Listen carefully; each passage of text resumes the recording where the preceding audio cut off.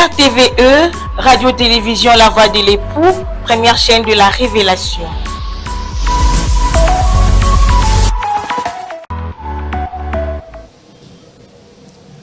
Bonjour chers téléspectateurs de la chaîne RTVE et en particulier les amateurs de la rubrique magazine Totoma Congo. Nous sommes en train de parler des rapports fournis par les champs visuels. Alors nous avons parlé la fois passée de la visuographie des textes et de la Glaucom Health et l'effet du test, et nous avons parlé aussi de Mean Deviation. Nous allons continuer, nous allons parler maintenant des affections qui modifient ces paramètres-là que le champ visuel fournit.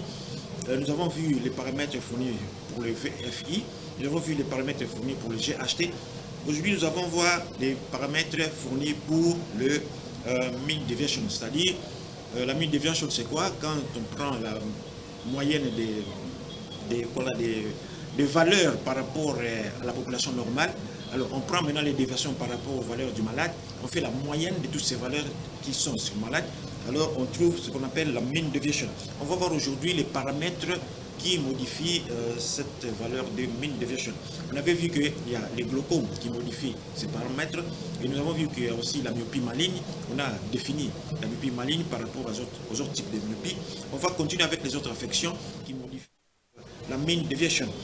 Nous allons parler donc aujourd'hui, comme d'habitude, nous allons faire la lecture pour aller vite et pour éviter les omissions. Et nous allons parler aujourd'hui, par exemple, de la dégénérescence maculaire liée à l'âge, DMLA, qui modifie aussi la mean deviation, c'est-à-dire la déviation moyenne. La DMLA, c'est-à-dire la dégénérescence maculaire liée à l'âge, est la principale cause de perte de vision irréversible chez les personnes âgées. C'est-à-dire c'est une maladie qui expose à la cécité quand ce n'est pas vite traité, même quand c'est traité, souvent d'ailleurs, le pronostic est sombre.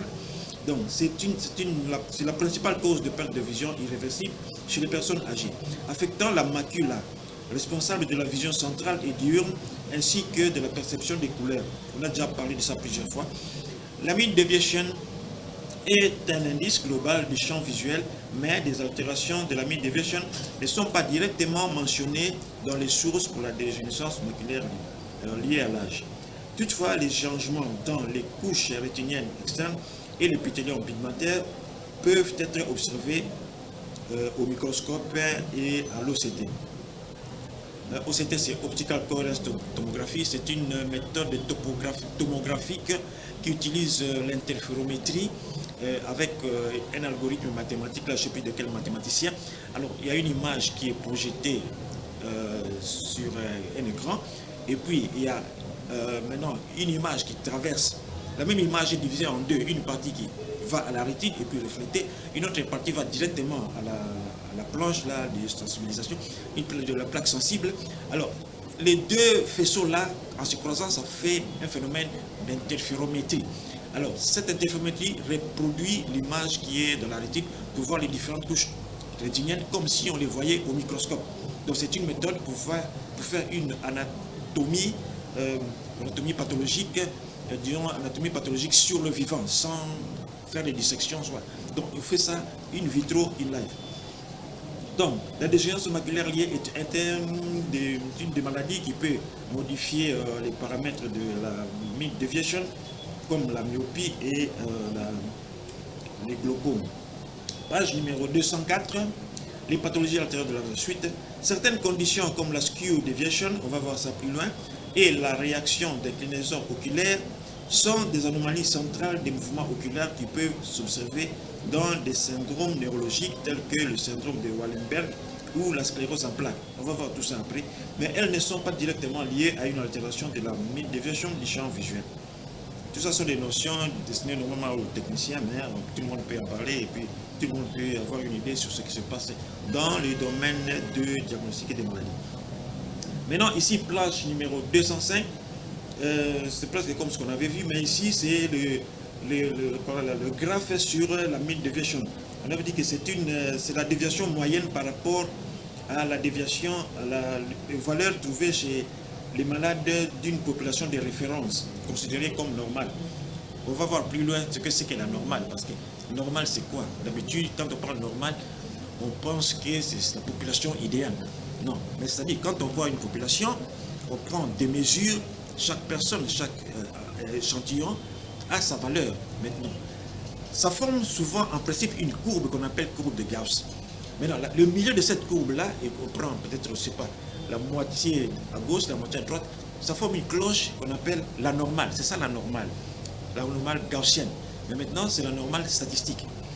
Et en termes normal, quand on parle en médecine de normal, ce n'est pas la courbe de Gauss. C'est-à-dire la population, on suppose qu'elle n'a pas de défaut. Mais quelle population qui n'a pas de défaut qu'on prend comme référence? Soit on peut prendre une population qu'on a examinée, qui est exemptée de telle maladie, mais exemptée par exemple du diabète, d'accord? Mais est-ce qu'elle n'a pas la sclérose en plaques? Est-ce qu'elle n'a pas l'hypertension? Est-ce qu'elle n'a pas l'insuffisance rénale? Donc, quand on dit normal, cela ne veut pas dire que c'est sans défaut et surtout que c'est sans aucun défaut. Non, la normale, c'est une population de référence qu'on prend comme ça, qu'on suppose qu'elle n'a pas de pathologie liée à l'examen, à la recherche qu'on est en train de faire. Comme on peut aussi dire normal, mais maintenant, on a choisi la population. Quand vous prenez la population qui habite au niveau de la mer, vous prenez la population qui habite au niveau normal, parce que par exemple, Kinshasa déjà n'est pas au niveau de la mer, et peut-être à 200 km au-dessus de la mer, je ne sais pas. Quand vous prenez la population qui habite à Goma, ils sont peut-être à 1000 km au-dessus de la mer. Quand vous prenez la population qui habite au mont Everest, là, ils sont peut-être à 5000 km du niveau de la mer. Si vous prenez leur hémoglobine, chaque niveau, chaque hauteur a son hémoglobine de référence. Parce qu'au niveau de la mer, il y a assez d'oxygène. Là, le corps n'a pas besoin d'avoir beaucoup d'hémoglobine, beaucoup de globules blancs pour accumuler, encaisser l'oxygène. Donc, maintenant, ça, c'est la population normale au niveau de la mer. Leur hémoglobine est, par exemple, 11, c'est suffisant pour survivre et faire toutes les activités, courir, faire des 100 mètres plats. Mais au niveau des monts Everest, là, maintenant, il n'y a pas d'oxygène, il y a manque d'oxygène. Alors, qu'est-ce qui se passe? Il faut que l'organisme produise beaucoup de globules rouges et beaucoup d'hémoglobine pour qu'il puisse assimiler, accumuler autant d'oxygène dont le corps a besoin pour sa survie. Donc, la normale au niveau de la mer n'est pas la même chose qu'au niveau de... Quand on parle donc de normale, il faut spécifier les conditions géographiques, les conditions topographiques, les conditions de la population des malades qu'on a utilisés. Par exemple, quand on exclut, par exemple, comme j'ai dit, les diabétiques, est-ce que les malades qu'on a pris en considération, est-ce qu'ils ne sont pas hypertendus? Ils sont quand même malades, mais on les appelle normal. C'est normal ne veut pas dire, comment dirais-je, exempté de toute maladie, mais c'est la population qu'on suppose qui ne va pas influencer, ils n'ont pas la pathologie, disons les propriétés, les caractéristiques qui vont influencer les résultats. C'est ça qu'on appelle normal. Donc, la mean deviation ici, nous avons vu les schémas, planche numéro 205. Vous voyez le schéma, pardon, on prend la valeur du malade, on soustrait à la valeur de référence, et maintenant on prend toutes ces moyennes-là, on met ça dans le graphe. Donc ici nous avons la déviation moyenne de la sensibilité de la rétine pour une population, pour un malade donné. Nous voyons que, par exemple là haut, nous avons beaucoup de noirs, c'est typique pour le glaucome. Vous avez vu le hémiphile test, donc la partie supérieure du champ visuel et la partie inférieure, la partie supérieure est plus comment dirais-je, sensible aux attaques, donc plus fragile, quoi. Alors, c'est une partie qui se détruit plus vite. Et en bas, nous avons, vous voyez que la rétine a résisté, elle est toujours un peu plus sensible par rapport à la partie supérieure. Et ici, la vision centrale, au centre donc du cercle, nous voyons que c'est beaucoup plus blanc. Donc la vision centrale a été conservée. Souvent le glaucome attaque le plus souvent à partir de la périphérie, le champ visuel rétrécit. Le champ central est souvent épargné parce que les fibres qui viennent du champ central, comme on l'avait vu, ça passe au milieu du nerf optique, pas en périphérie, et là ils sont un peu épargnés des compressions des bordures du nerf optique. Et ils sont plus résistants que les fibres de la périphérie rétinienne qui passent justement en périphérie du nerf optique. Et là, ils sont souvent coincés avec les rebords osseux du canal optique. Et maintenant, ces fibres-là périphériques souffrent beaucoup plus que les fibres centrales. C'est comme ça que le champ visuel central est beaucoup plus préservé et ça disparaît seulement en dernière occasion quand le glaucome est déjà avancé. Le champ visuel est déjà rétréci, devenu tunnelaire. Alors, à ce moment-là, on commence à voir aussi la perte de la vision centrale. Parce que la maladie est avancée, que ça commence à attaquer même les substances, les structures qui sont un peu protégées. Et on aboutit à la cécité totale quand toutes les fibres sont détruites. Il n'y a plus de passage un flux d'informations de la rétine jusqu'au cerveau, alors on devient avec le total, on ne voit plus rien, on voit tout à fait du noir. Donc ici nous avons la mean deviation. Vous voyez que à droite nous avons une valeur de moins 13,81 et à gauche moins 14,80. Donc l'œil gauche est beaucoup plus atteint que l'œil droit. Donc ça nous donne la valeur de la mean deviation, la valeur globale de déficience de sensibilité de la rétine de façon globale, mais pas de façon comment dire, spécifique. C'est un peu le contraire de la VFI qui donne la sensibilité rémanente restante de la rétine, et là les valeurs sont pondérées par rapport à la macula, la vision centrale. Donc la sensibilité de la vision centrale, la sensibilité maculaire est un peu amplifiée, multipliée par un certain facteur, tandis que pour la vision périphérique, les valeurs sont prises de façon globale. Et plus on va du centre vers la périphérie, la pondération diminue, ce qui fait que les valeurs pour la VFI sont plus pondérées par rapport à la vision centrale.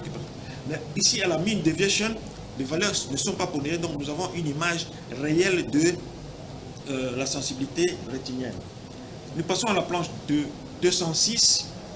On a parlé des skew deviation, on a parlé de skew deviation et des autres. On va un peu ici expliquer ce que ça signifie pour que les gens sachent un peu de quoi on a parlé. Donc, on a parlé des otolithes en disant, bon, je trouve plus bon. On va parler de la skew deviation, qui est aussi appelée Synederquid Margendi, qui est un désalignement vertical des yeux, c'est-à-dire un œil un peu à l'autre, tout ça. Au lieu de voir verticalement, c'est désaligné, désarticulé vers le haut. Des yeux, strabisme vertical, qui n'est pas causé par un muscle unique ou un nerf oculomoteur, mais par une anomalie des influx vestibulaires prénucléaires. Donc ce n'est pas une anomalie vraiment oculaire, malgré que ce sont les yeux qui sont déviés, mais l'anomalie vient de l'influx vestibulaire prénucléaire, c'est-à-dire vestibulaire avec les oreilles. Il y a le système cochléo-vestibulaire. Les cochléaires, c'est pour l'audition, et les vestibulaires, c'est pour l'équilibre. Alors, le système vestibulaire, il est dans les oreilles, mais ça influence aussi le mouvement des yeux. On va voir ça un peu plus loin dans la lecture que nous allons faire. Donc, la skew deviation se caractérise par une divergence verticale non paralytique, où un œil est dévié vers le haut, hypertropie, pas hypermétropie, c'est hypertropie, c'est-à-dire que l'œil a tendance à être tiré vers le haut, par rapport à l'autre. Cette condition est due à un déséquilibre des informations provenant des otolithes, des sortes de pierres dans les oreilles, structure de l'oreille interne qui détecte les mouvements linéaires et l'inclinaison, position de la tête par rapport à la gravité, c'est-à-dire par rapport à la position de la tête, à l'horizontale. Parce que la gravité nous attire perpendiculairement à la verticale qui est sur la Terre. Donc, quand on parle de la gravité, ça nous attire verticalement vers le centre de la Terre et ça fait un angle droit avec le plan horizontal. La skew deviation peut être isolée ou s'accompagner d'une réaction d'inclinaison oculaire, ocular tilt reaction en anglais, qui inclut également une torsion oculaire et une inclinaison de la tête. Sa présence indique souvent une lésion neurologique, le plus souvent au niveau du tronc cérébral et du cervelet. C'est là que les nerfs qui partent du vestibule de l'oreille, les nerfs qui partent du vestibule de l'oreille vont jusqu'au tronc cérébral et le cervelet. Tout ça, c'est un peu détaillé un peu plus loin. Donc, maintenant, encore une parenthèse sur les otolithes maintenant. Si les otolithes de l'oreille interne détectent le mouvement linéaire et l'inclinaison, c'est les mouvements linéaires quand on descend vers l'avant, ou bien vers la gauche, ou bien les inclinaisons, comme ça ou comme ça. Les mouvements circulaires ou rotation circulaire ou rotationnels, ils sont détectés donc dans l'oreille interne. Ils sont détectés par les canaux sémicirculaires, structure formée de 3 anneaux situés dans 3 plans différents, le plan horizontal, le plan antérieur et le plan postérieur, permettant de détecter les rotations de la tête autour des axes suivants. Canal horizontal, canal sémicirculaire horizontal, détecte la rotation autour de l'axe vertical. L'axe vertical, c'est comme ça, donc rotation comme ça. Par exemple, secouer la tête de haut vers le bas. Canal antérieur-postérieur, rotation autour de l'axe antéro-postérieur, exemple, incliner la tête vers l'avant ou vers l'arrière. Planche numéro 208, À l'intérieur de chaque canal sémicirculaire se trouve une structure appelée crête cristacée. Il ne faut pas confondre avec les crustacés. Ici, c'est crête cristacée ou crista ampullaris, composée de cellules sensorielles, cellules ciliées et d'un cupula, un capuchon gélatineux recouvert de liquide endolèvre. C'est le mouvement de cet endolèvre qui fait fléchir certaines cils qui sont dans les canaux sémicirculaires. Quand ça fléchit dans ce sens, alors le cerveau sait que le mouvement était dans ce sens. Quand ça fléchit dans ce sens, le cerveau sait que le mouvement était dans le... Donc, selon le sens de l'inclinaison de ces cils occasionnés par le mouvement de l'endolèvre, le cerveau peut imaginer le sens de mouvement, le type de mouvement qu'on est en train d'effectuer avec la tête. Parce que c'est surtout la tête, parce que quand le corps bouge tout seul, la tête ne bouge pas, ça n'implique pas l'intervention de ces histoires-là. C'est quand la tête bouge que ce mécanisme-là entre en jeu. Lorsqu'il y a un mouvement rotatoire, l'inertie du liquide endolèvre fait déformer la cupula, ce qui active les cellules ciliées. Planche numéro 209. Ces signaux sont transmis au cerveau, au tronc cérébral, à la zone du noyau précochléaire et du noyau de l'opercule, et au niveau du cervelet, le flocculus, partie du cervelet postérieur, via le nerf vestibulaire interne, qui est une branche du nerf vestibulo-cochléaire numéro 8. Le verre crânien numéro 8. Le nerf crânien numéro 8. Et permettent de percevoir et de compenser les mouvements comme le réflexe vestibulo-oculaire, c'est-à-dire quand vous bougez la tête dans ce sens, l'œil a tendance à fixer l'objet que vous êtes en train de regarder. Vous regardez un objet, vous regardez à côté, mais l'œil continue à fixer l'objet. C'est ça qu'on appelle réflexe vestibulo-oculaire. Donc, et ça permet de percevoir et de compenser les mouvements comme le réflexe vestibulo-oculaire qui assure que le regard reste fixé sur un objet malgré les mouvements de la tête en déplaçant les yeux dans la direction opposée à celle du mouvement de la tête. Cela garantit une vision claire et stable même lorsque le corps bouge. 210. La suite des otolithes et de tout ça. Traitement cérébral de l'information, pas le traitement du cerveau. Traitement cérébral de l'information. Le signal est traité dans le tronc cérébral, principalement dans le noyau précochléaire et le noyau de l'opercule qui calcule la vitesse et la direction du mouvement de la tête. Donc, au niveau du cerveau, il y a quand même des calculatrices naturelles là-bas qui fonctionnent, qui sont différentes de nos calculatrices. Mais vous voyez que le cerveau calcule les mouvements, il perçoit les mouvements, il calcule les mouvements, il calcule la vitesse, l'angle, et puis il prend ses décisions pour envoyer le signal approprié, une commande appropriée au niveau de la périphérie pour qu'une action appropriée s'effectue. Donc le traitement au niveau du cérébral de l'information, le signal est traité dans le tronc cérébral, principalement dans les noyaux précochléaires et les noyaux de l'opercule, qui calculent la vitesse et la direction du mouvement de la tête. La commande des muscles oculaires, donc à partir du cerveau, le signal retour. Le cerveau envoie ensuite une commande aux muscles des yeux via les nerfs crâniens 3 oculomoteurs inférieurs et 4 le nerf cochléaire et 6 l'abducteur du sens. Les nerfs abducteurs, c'est les nerfs qui permettent aux yeux de se converger. Par exemple, quand vous faites la lecture, quand vous regardez à distance, les yeux regardent tout droit. Quand vous faites la lecture, l'objet est là, il faut que les deux yeux convergent et ces mouvements-là est effectué, commandé par le nerf abducens qui vient toujours du tronc cérébral. Donc le cerveau envoie ensuite une commande aux muscles des yeux via les nerfs crâniens 3 oculomoteurs, 4 trochléaires et 6 abducens pour qu'ils se déplacent dans la direction opposée au mouvement de la tête. Par exemple, si la tête tourne vers la gauche, les yeux tournent vers la droite pour compenser. Vous regardez, vous tournez la tête vers la gauche, mais les regards restent sur l'objet, donc les yeux doivent tourner vers la droite. Planche numéro 211. On revient sur le skew deviation. La skew deviation peut être isolée, c'est-à-dire seule, pas isolée dans le sens d'extraction. Le skew deviation peut être isolé, donc peut être seul ou s'accompagner d'une réaction d'inclinaison oculaire, ocular tilt reaction en anglais, qui inclut également une torsion oculaire et une inclinaison de la tête. Sa présence indique souvent une lésion neurologique, le plus souvent au niveau du tronc cérébral et du cervelet. On a vu ça? Ça, c'est de la neurologie de toute façon. Bon, planche numéro 212. La réaction d'inclinaison oculaire, ocular tilt reaction, est un ensemble de signes oculaires caractérisés par une combinaison de déviation verticale des yeux, skew deviation, une torsion oculaire et une inclinaison compensatrice de la tête. Elle résulte d'une lésion affectant les yeux, les voies vestibulo-oculaires verticales, conduisant à un déséquilibre des influx provenant des otolithes de l'oreille interne. Donc, les otolithes là, de l'oreille peuvent être affectés de l'inflammation, tout ça, au lieu que ça reste mobile, ça peut se coller, ça perd la mobilité. Cette réaction traduit un trouble central souvent localisé au niveau du tronc cérébral ou de la fosse cérébrale postérieure.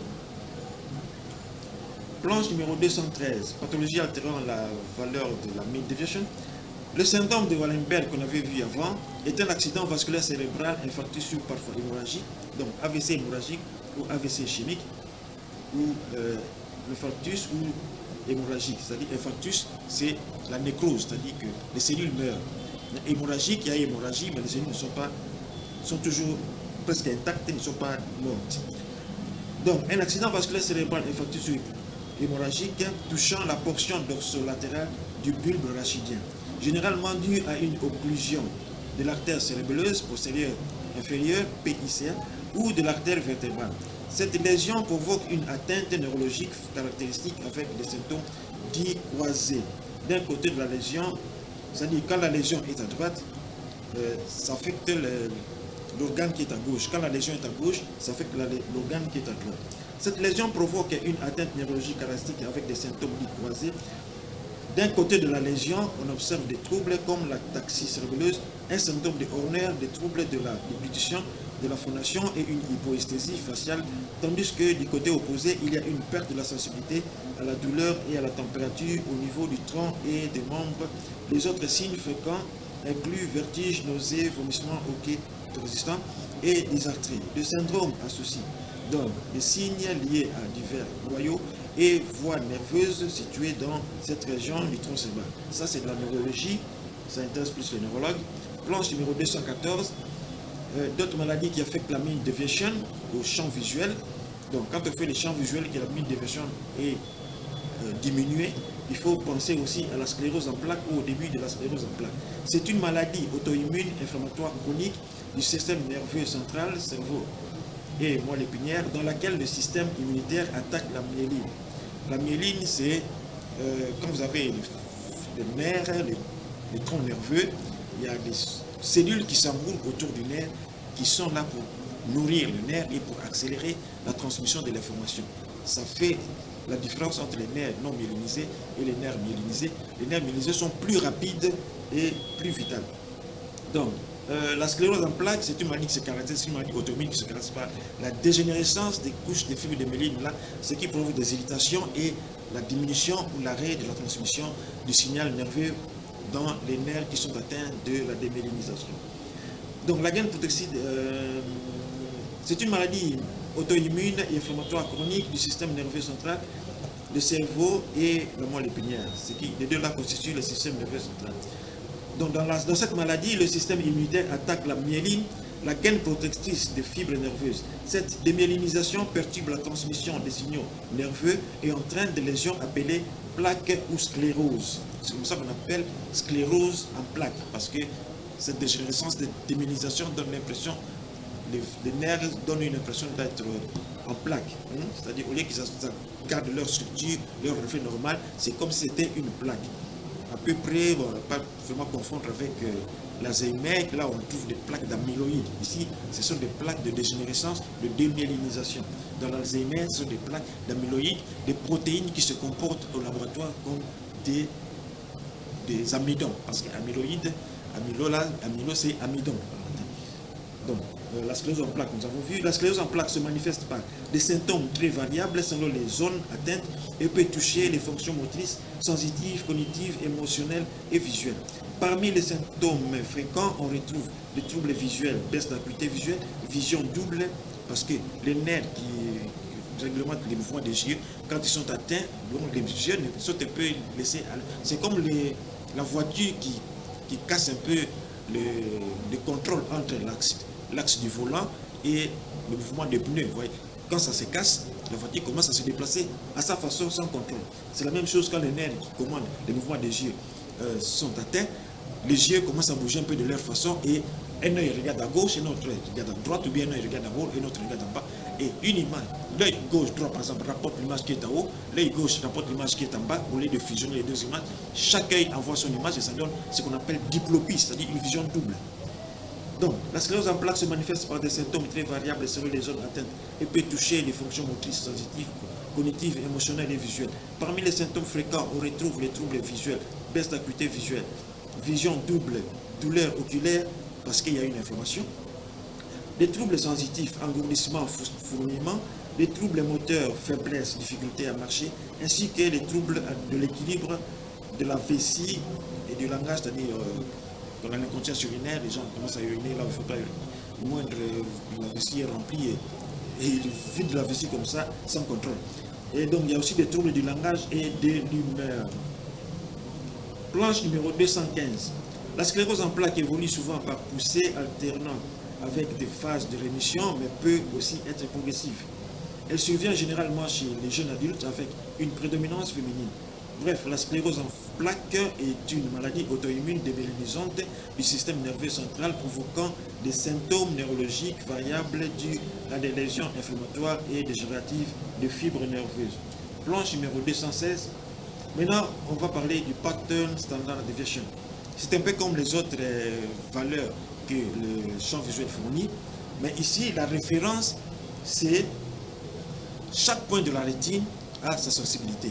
On prend d'abord la population générale, on examine par exemple 1000 personnes. Alors pour chaque 1000 personnes, on examine différents points de la rétine, leur sensibilité, avec des coordonnées, tout ça on met dans l'ordinateur, coordonnées X, Y, par exemple la position de la cellule visuelle qui regarde, et puis position X, Y, on met dans la variable, et puis position telle, on met la valeur que ça occupe, et puis à la longue, ainsi de suite. À la fin, on prend toutes les personnes qu'on a examinées, on récupère, on retrouve chaque point, on trouve la moyenne de la sensibilité à ce point-là pour tous les malades de référence qu'on a examinés. Maintenant, ces valeurs de référence pour chaque point, on prend la moyenne, et la moyenne là, on soustrait avec la valeur qu'on trouve chez les malades pour chaque point. Chaque point, par exemple, les coordonnées 10-20, chez les malades, on voit par exemple dans la population de référence, à la coordonnée 10-20, quelle était la moyenne pour la population générale. On prend la valeur du malade, on soustrait par la valeur de la population générale de référence, et maintenant on fait la moyenne encore de cette de la déviation. Donc là, on fait la différence là, c'est ça qu'on appelle pattern standard, c'est-à-dire la déviation par rapport à la moyenne standard de la population générale. Donc standard ici, ça se réfère un peu à la déviation standard, parce que ici, on prend la moyenne de la population, tandis que dans la mean deviation, on prend la médiane. C'est-à-dire, quand vous avez des mesures qui vont par exemple de 10 à 100, il y a 10 mesures qui sont à 10, 20 mesures qui sont à 20, 40 mesures qui sont à 30, 5 mesures qui sont... Maintenant, on prend seulement les deux extrémités, ça c'est la médiane. Mais avec le pattern standard deviation, on prend la moyenne, c'est-à-dire chaque valeur est prise en considération, additionnée, et puis on divise par le nombre. Maintenant, cette moyenne-là, on la compare avec les valeurs du malade. Et ça donne à la fin ce qu'on appelle pattern standard deviation, c'est-à-dire la déviation par rapport à l'étape. La déviation par rapport à l'étape d'écart type qu'on a trouvé dans la population normale. Donc la PSD écart type du motif par rapport à la moyenne de déviation, ça donne un indice global qui donne une idée de la variabilité locale de la sensibilité rétinienne en éliminant les effets des pertes globales de la sensibilité, par exemple la déviation standard du motif, qui mesure la variabilité locale de la sensibilité visuelle des points testés qui reflète la présence d'anomalies locales dans les champs visuels. Parce que là, c'est chaque point qui est testé individuellement par rapport à la mean deviation et le VFI qui prennent la sensibilité globale de la rétine, c'est-à-dire dans son ensemble et mis ensemble dans un même sac. Ici, c'est chaque point qui est utilisé, qui est examiné séparément. Planche numéro 217. La PSD, Pattern Standard Deviation, mesure les irrégularités locales dans les champs visuels. Après avoir supprimé les pertes globales homogènes comme celles dues à une cataracte totale, ou à une, parce qu'il y a les cataractes sont de plusieurs formes. Il y a les cataractes totales qui évoluent sur tout le cristallin de la même manière, c'est-à-dire ça donne une même opacité, c'est-à-dire que c'est homogène. Tandis qu'il y a aussi cataracte se développe sur des points particuliers. Ça peut être au centre, cataracte nucléaire, ça peut être un peu à la périphérie, paracentrale. Alors, maintenant, ici, souvent, on parle de la cataracte globale, la cataracte qui est généralisée, pas les cataractes localisées. Donc, après avoir supprimé les pertes globales homogènes comme celles dues à une cataracte ou à une mauvaise correction optique, les valeurs basses de PSD donnent le champ. Ça signifie que le champ est homogène. Ça dit que la diminution est la même partout. Dans les situations, soit situations normales, soit des situations extrêmes. Que ce soit la situation normale, la sensibilité est la même partout, disons la sensibilité est conservée partout, soit c'est extrême, il n'y a pas de différence, toute la rétine est affectée. Par exemple, quand la vision est presque perdue, c'est presque toute la rétine qui perd la sensibilité. Parce que si à un moment, à un point, la sensibilité est 100%, à l'autre point, la sensibilité est 10%, la différence sera forte. Donc là, la PSD sera très élevée. Tandis que quand toute la rétine est affectée, soit tous les points ont la sensibilité maximale, donc la différence n'est pas marquée, soit tous les points ont une sensibilité très diminuée. C'est comme ça que quand les valeurs sont basses, le champ est homogène. Quand les valeurs sont élevées, ça dit que la différence est trop élevée, ça donne des défauts d'altération localisée. Ça signifie qu'il y a des défauts qui sont localisés.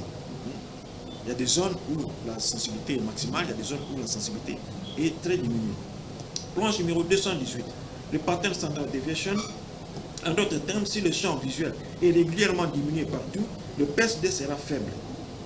Si certaines zones ont une perte de sensibilité plus marquée que d'autres, comme dans un glaucome, le PSD sera élevé. Exemple clinique. Un patient avec cataracte, ça donne une baisse globale de la sensibilité PSD normale. Tandis qu'un patient avec glaucome précoce, ça donne des zones de scrotum PSD élevées, même si la moyenne est bonne. Planche numéro 219, PSD écart type du motif. Un PSD normal est faible, généralement compris entre 1 et 2 décibels. Là, c'est normal, quand la sensibilité, la valeur du PSD est faible. Une valeur supérieure à 2 décibels peut suggérer la présence d'un défaut local, d'un défaut focal, c'est-à-dire local focal, mais l'interprétation dépend du contexte, l'âge, la fiabilité du test, etc. Plus le PSD sera élevé, plus la perte sera localisée. Quand la PSD, la valeur de la PSD est élevée, ça signifie que les pertes sont localisées, c'est-à-dire qu'il y a des zones à sensibilité élevée, il y a des zones à sensibilité basse, et ça donne des différences très élevées. Mais quand il y a des zones à sensibilité, toutes les zones ont la même sensibilité, la différence sera moindre, la PSD sera faible. Quand la PSD est élevée, c'est-à-dire qu'il y a des zones avec sensibilité trop élevée ou trop basse. Bon, 220, planche numéro 220. Utilisation de la PSD, pattern standard deviation. Ça permet de détecter des altérations précoces du champ visuel. C'est un test complémentaire au mean deviation, on a parlé de un PSD élevé supérieur à 2 décibels avec une mean deviation modérément altérée, moins 2 à 6 décibels, ça suggère une atteinte focale, c'est-à-dire une atteinte précoce, avant que le déficit ne devienne diffus, c'est-à-dire généralisé, global. Un PSD très faible avec un mean deviation très altéré suggère une atteinte diffuse avancée. C'est à peu près ce qu'on a dit déjà. Planche numéro 221. PSD pattern standard deviation, par exemple, quand la mean deviation est de 14,80 et la PSD de 5,8, l'analyse de la valeur de MD donne MD mean deviation de 14,8. Cette valeur indique une perte ou atteinte globale diffuse et sévère de la sensibilité du champ visuel. Donc, perte sévère, atteinte globale et sévère, globale et sévère, partout, de la sensibilité parce que la valeur est très diminuée. C'est supérieur à moins 12 en valeur absolue. En valeur relative, c'est inférieur à moins 12, mais en valeur absolue, supérieur à moins 12. Donc, cette valeur indique une perte ou atteinte globale, diffuse et sévère de la sensibilité du champ visuel. Pour rappel, une mean deviation normale se situe entre 0 et moins 2 décibels. Une mean deviation entre moins 2 et moins 6 décibels évoque une altération modérée, alors qu'une valeur inférieure à moins 12 décibels correspond à une atteinte très avancée, donc une atteinte sévère. Planche numéro 222. Pour une mean deviation de 14,80 et PSD de 5,08, l'analyse de la valeur de PSD. PSD pattern standard deviation à 5,08, c'est ce qu'on a donné là-bas, décibels. Le PSD mesure les variations focales, comme on avait dit, dans les champs visuels. Défaut localisé marqué, net et persistant. Une valeur normale se situe autour de 1 à 2 décibels. Un PSD supérieur à 2 décibels traduit l'existence de zones de perte focale. À 5,08 décibels, cela indique plusieurs déficits localisés marqués en plus de la baisse globale de sensibilité. 223, on continue un peu là-bas, mid déviation de 14,8 et PSD de 5,08. L'analyse de l'ensemble, c'est-à-dire MD et PSD. Le champ visuel est très diminué avec des zones résiduelles de relative préservation. C'est-à-dire qu'il y a des zones où il n'y a pas d'atteinte, bien légèrement atteinte, ou d'atteinte plus focale, compatible avec une maladie avancée mais non totalement homogène. On avait déjà vu ça. Une telle situation nécessite une évaluation clinique spécialisée et une prise en charge adaptée à la sévérité du trouble. Donc, les champs visuels ne servent pas seulement à donner des tracés, des graphes, tout ça. Il faut analyser ces valeurs-là parce que ça indique aussi des maladies, pas seulement des yeux, mais des maladies qui peuvent être des maladies systémiques. Donc, une telle situation, vous voyez par exemple ici, une telle situation nécessite une évaluation clinique spécialisée et une prise en charge adaptée à la sévérité du trouble visuel. Donc, il faut prendre au sérieux les valeurs que les champs visuels donnent, les valeurs qui sont calculées automatiquement et qui sont fournies par les champs visuels, et parce que ça peut nous donner des orientations sur la situation, l'état avancé de la maladie, et ça peut nous faciliter à prendre des décisions, soit mineures, soit des décisions majeures. Planche numéro 224. L'interprétation clinique de ces valeurs-là, mine déviation de 14,8 et la PSD de 5,8. Ces deux indices combinés traduisent un champ visuel très altéré globalement. Donc les champs visuels sont très altérés globalement. Donc l'œil s'approche de la cécité. Un champ visuel très altéré globalement, mine déviation très négatif, c'est ça, supérieur donc inférieur à moins 12 ou en valeur absolue supérieur à 12. Supérieur à moins 12 en valeur absolue. La présence des déficits focaux importants ou résiduels PSD. Donc, quand vous avez une mine déviation de 14,8 et de PSD à 5,08, le champ visuel est très altéré globalement, les MD très négatifs, avec la présence des déficits focaux importants. Donc, très altéré, il y a des zones qui sont encore beaucoup plus altérées que d'autres. Donc, c'est une situation gravissime. Planche numéro 225. On continue l'interprétation clinique suite de ces valeurs-là. Ce profil est typique de stades avancés de pathologie du champ visuel, par exemple les glaucomes avancés, où les atteintes focales sont venues se superposer à une perte généralisée. Le PSD peut rester élevé en début et milieu d'évolution, puis diminuer si toute la sensibilité est effondrée. Mais à ce stade, un PS2 à 5 décibels montre encore une certaine hétérogénéité des pertes. Donc la perte est diffuse. La perte est diffuse, mais déjà très avancée, donc on s'approche de la cécité. Valeur typique de la PSD. Les valeurs typiques de la PSD. Chez un sujet normal, sans défaut visuel notable, la PSD est faible, proche de la normale, généralement entre 1 et 2 décibels selon les instruments. Dans les glaucomes précoces à modérés, précoce et plus ou moins moyenne, la PSD augmente en général au-dessus de 3 décibels, reflet de la présence de scrotum localisé. Lorsque les glaucomes progressent de manière diffuse et sévère, supérieure à 50% des champs visuels affectés, autour de mid déviation égale moins 14, inférieur à moins 12, la PSD peut paradoxalement diminuer, souvent inférieure à 3 décibels malgré la sévérité en raison d'une perte homogène de la sensibilité. Pour les autres pathologies, dystrophie rétinienne, neuropathie sélective, la PSD peut être augmentée avec des valeurs variables dépendant de la topographie des lésions. Bon, nous arrêtons, on va passer la prochaine fois, on devrait voir les glaucomes primitifs angles comme maladie affectant la PSD, mais la prochaine fois, on va parler de diagnostic différentiel parce qu'on voit souvent sur Facebook des discussions très houleuses sur le diagnostic différentiel. D'autres disent que diagnostic différentiel, c'est en fonction des diagnostics finaux. D'autres disent que c'est en fonction des symptômes. Alors, on va mettre un peu au clair ce système de diagnostic différentiel, qu'est-ce que ça signifie, comment utiliser ça, comment exploiter ça au maximum. Donc, nous avons vu ici les maladies qui affectent le champ visuel, en particulier le PSD, Pattern Standard Deviation. On a vu beaucoup de maladies, surtout les maladies neurologiques. Et quand le pattern standard deviation est élevé, ça signifie qu'il y a beaucoup de zones qui sont encore très bonnes et des zones qui sont très affectées. Quand le PSD est homogène, disons faible, ça signifie que partout soit c'est bon, soit que partout c'est mauvais. Donc nous arrêtons là et nous vous remercions d'avoir suivi. Nous espérons que vous avez compris. C'est un sujet qui a été très technique. On va essayer d'expliquer chaque fois qu'il y a un terme technique ou bien un concept technique. Alors, nous vous invitons la prochaine fois à suivre notre émission sur les diagnostics différentiels. Ça va prendre peut-être 2 ou 3 émissions.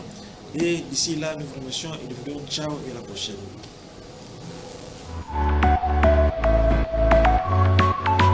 RTVE, Radio-Télévision La Voix de l'époux, première chaîne de la révélation.